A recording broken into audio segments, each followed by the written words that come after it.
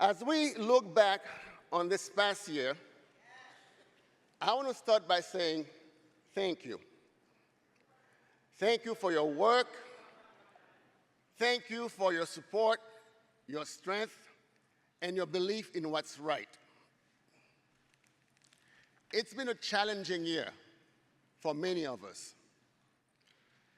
This past year tested me personally. Some of you may know I lost 2 members of my family as I was going through a very slow recovery from surgery. Physically, the pain was constant and intense. Mentally, the physical pain coupled with the loss was overwhelming. You see, I was faced with the fact that my body was failing me, and I was not healing as quickly as I thought I should. I've always prided myself on being self-sufficient. Suddenly, I felt helpless and was reliant on others to help me do things I had always done on my own. These experiences took the wind out of me, and I felt a sense of despair. In addition to my personal struggles, what had been a constant in my life and union career, the fight for social justice was being attacked. Across the country, we're seeing laws and policies that try to erase who we are, what we believe in, and the honest history we teach. Laws and policies that aim to also stop us from showing up as our full and authentic selves and loving whom we love. Thank you. As Lin-Manuel Miranda said, love is love is love.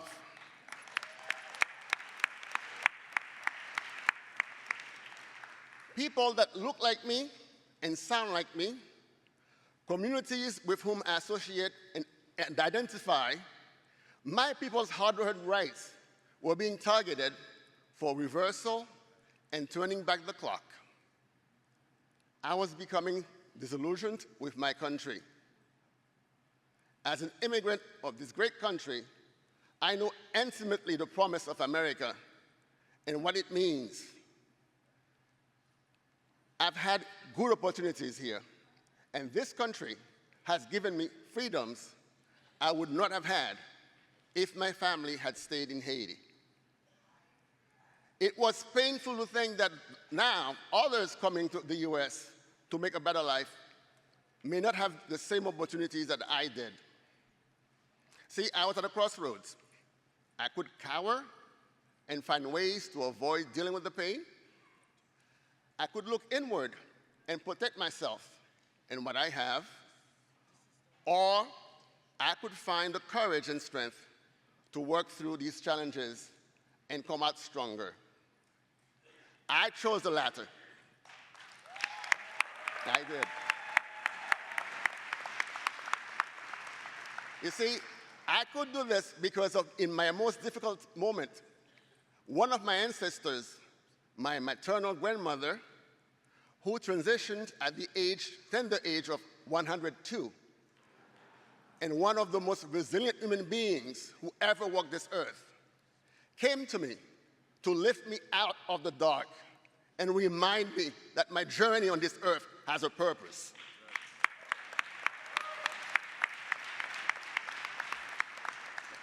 My grandmother struggled most of her life. Her mother passed away from giving birth to her, and her father also passed away not long after, leaving her an only child and an orphan. Through her grit and determination, she made a way out of no way, educated herself, and became a nurse.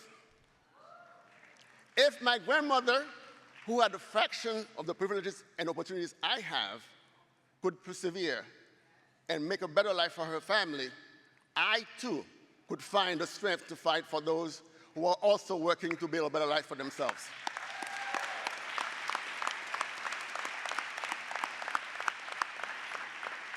I have a renewed sense of purpose, and I realize the urgency of the moment we are in. I want to utilize every minute to make a difference and get with my people, my co-conspirators, to do even more. You see, we all have challenges. Not only is every human body fragile, but every human body has needs. We all fight our own personal battles, and we are all witnesses to the attacks on our rights. In these times, it is understandable when one feels despair, but I beg you not to let that be an option.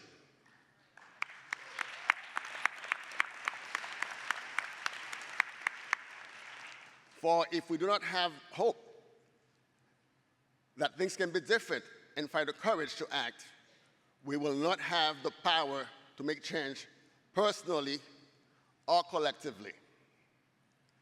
This brings me to the work we are doing at NYSUT to build community, hope, courage, and the power to make change. After all, our social justice work builds power for our union, and this power is used to fight for all of us. We build power by identifying, strengthening, and creating opportunities for our members to lead. We provide training, resources, and space for members to develop projects and campaigns that fight for our shared values. We bring people together to foster the community that is vital for activists to persevere. We engage thousands of individuals through our programs this year, including our Sticks and Stones workshops that have enlightened over 10,000 educators since 2021,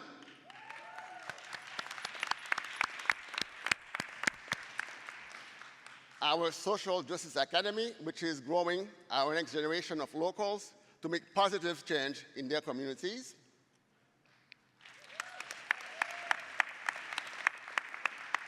Last year, we launched MOCA, a place to feel seen, heard in many ways where folks haven't seen and been heard before. And we're doing it again this December, so watch out for the application process. We also started the BIPOC Pathways to Leadership project. BIPOC, by the way, stands for Black, Indigenous, People of Color. So the BIPOC Pathways to Leadership project.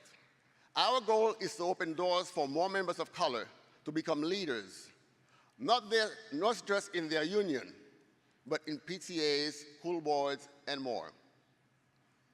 This year, we launched Truth Talks, a virtual series that aims to provide narratives towards telling our full history, warts and all. In 2023, we collectively, were the #1 fundraiser in the country. Yes, and in 24 we did it again.